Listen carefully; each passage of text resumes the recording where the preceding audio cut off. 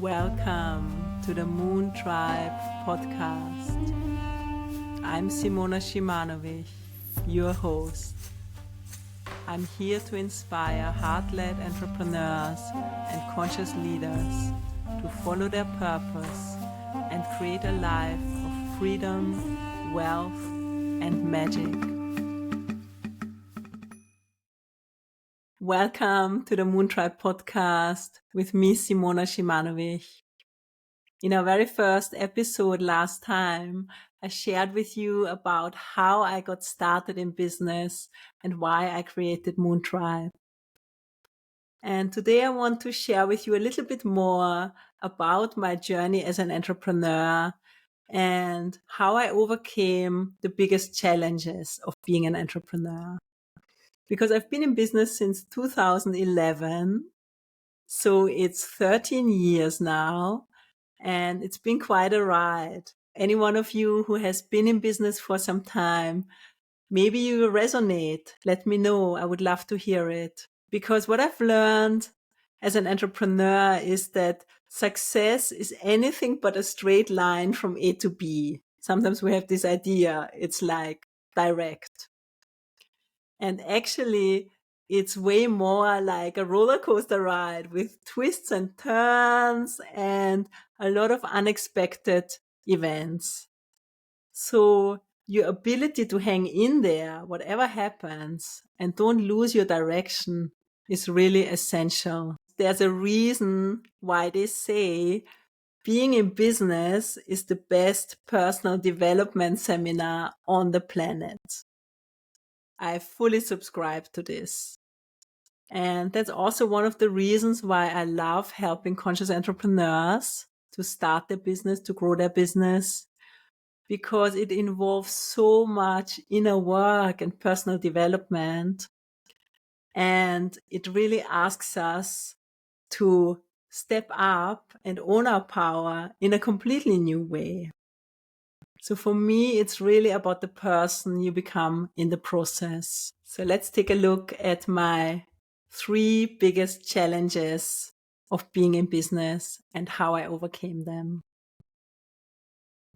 Some are, of course, still, it's a daily overcoming, right? It doesn't really end. But what I can say, especially in the beginning, in the early stages, one of the first roadblocks I bumped up against was about releasing control. And to be honest, it's still an ongoing journey, even though I feel I've come a long way. But especially in the beginning, I was really operating in the mess. I was used to pushing and forcing in a way of working that I was used to from the corporate world. That's how everybody was working.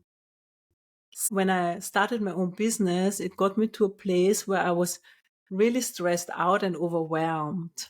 I was overworking and I had this never ending to-do list. I woke up feeling overwhelmed and was working long hours and just got myself to being exhausted. And there was a time when I was actually in Bali and I was in this beautiful environment. And still I was on this project and I had this kind of idea that I had to launch something. And I was really working myself nearly into the ground. So I was close to a burnout. I got myself close to a burnout. And that was then also when I hired my first coach, luckily, and joined my first group coaching program, because that really helped me to change the direction, because I was just bumping my head against the wall and I wasn't going anywhere. So for me, that has been really one of the biggest challenges. And it's been a process of letting go of all the old conditioning that was kind of in my system. And I think a lot of the corporate world is working in this way, right? So often that's what we've learned. And then you become an entrepreneur and you're like working in the same way, but actually it's not really the most expansive. It's not the most joyful. It's not serving you in the best way. And So I started asking myself, like, why am I doing it like this? This is my business. I'm the boss, right? So there was a huge mindset shift to actually ask myself if I can make the rules the way I want it, if this business is supposed to serve me, how should it look like? So that's been a big one. And yeah, also I can definitely say I'm a recovering perfectionist. I shared my moon is in Virgo. Any Virgos out there, hello.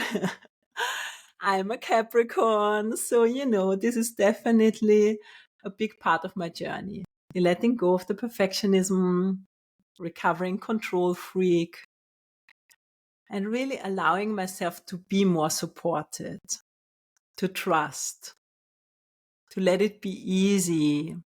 So I have a lot I want to share with you on this. Another part of releasing control is about releasing the timeline. And that is about letting go of control that things need to show up in the way we want them. So sometimes we set goals and we have these ideas that it has to be like this. But in my own journey as an entrepreneur and in life, I can actually say that when I'm in a more playful mood, when I'm in a more lighter frame of mind, when I'm having more fun, the manifestations can show up much easier than if I'm really attached and trying to control. So I don't know if you have ever experienced this, but for me, this aspect of releasing control, being in the flow, has been a big one. The second challenge that I really experienced in my business was around rebirthing myself and letting go of what I've built. That was hard. And I remember when I moved to Amsterdam, my business actually completely changed. It kind of happened in a way. Organically, it wasn't really planned, but still I had spent a lot of time and money and energy into building the first form of my business of Moon Tribe as an ethical clothing brand. And I had a lot of resistance of actually letting it go, even though I didn't have the time and energy to keep it going. It was not really working. I had to let it go. And I remember my resistance to actually take down the website, close the website, which I had spent hours and hours and, put a lot of love into it. But what I learned is that sometimes there's a stage in our business, and when it's not working anymore, we have to let it go. We have to rebirth it. So I started to understand that I need to trust that Moon Tribe, as a conscious movement, needs to evolve. It needs to have another form. There's another form coming through. Another form wants to come through me to be birthed into the world. And actually, this new version of Moon Tribe required me to be much more in the spotlight through coaching, through speaking, through teaching yoga, hosting moon circles. It was much more me actually working together and connecting with people. And nowadays I'm so happy. I absolutely love it. But that was the second challenge, rebirthing my business and letting go of what I've built. The third challenge, and it's an ongoing one. I'm sure most entrepreneurs will probably agree with this one, especially in the times we're in, especially, after the last years we've just been through, is about developing resilience. I think resilience in business is such a big one. I can do probably a few episodes about this topic alone. But it basically comes down to the principle, which is that as entrepreneurs, we enjoy the freedom. We choose a life of freedom. And it does come also with taking more risks. People who choose to be in a job, in a 9-to-5 job, there's a perceived security. And I also want to say perceived security, because I believe that in the end, there is no such thing as security. But there's a bit more, let's say, predictability in selling your time and working for an employer. So as an entrepreneur, we have more risks. We have to learn to deal with uncertainty.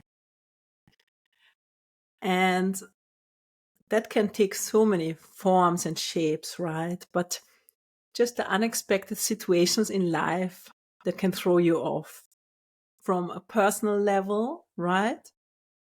All the things that can throw you off personally, to bigger things that are happening maybe in your country or internationally or globally.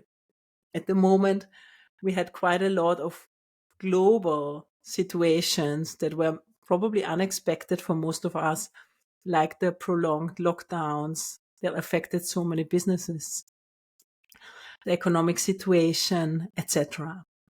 So we have to be able to deal with uncertainty and develop the resilience to move through it.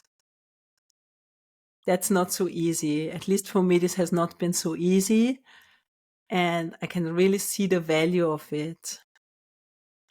Because I believe a big part in business is actually just staying in the game.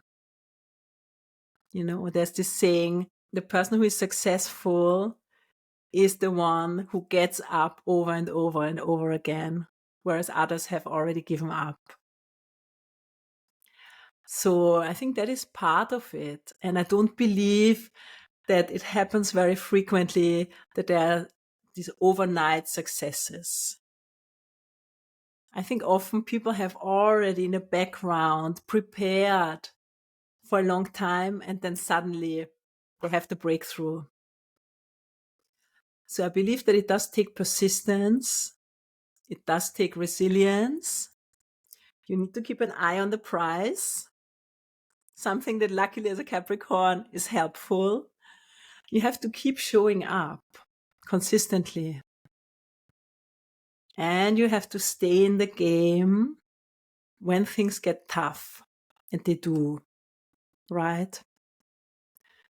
So for me, and I will speak more to that, this is really about when we need to be deeply connected to our why. Why are we doing this? Why does it matter? So developing the right resilience has definitely been a challenge and is an ongoing challenge. But you know, most of these things is like a muscle. You get better the more you do it. So these were my 3 biggest challenges. Looking back, it's around releasing control, rebirthing my business and letting go of what I've built, and developing resilience for being in business. I'd love to hear your insights.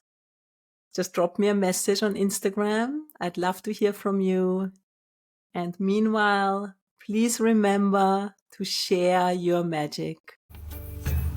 Thank you for listening to the Moon Tribe podcast with me, Simona Shimanovic.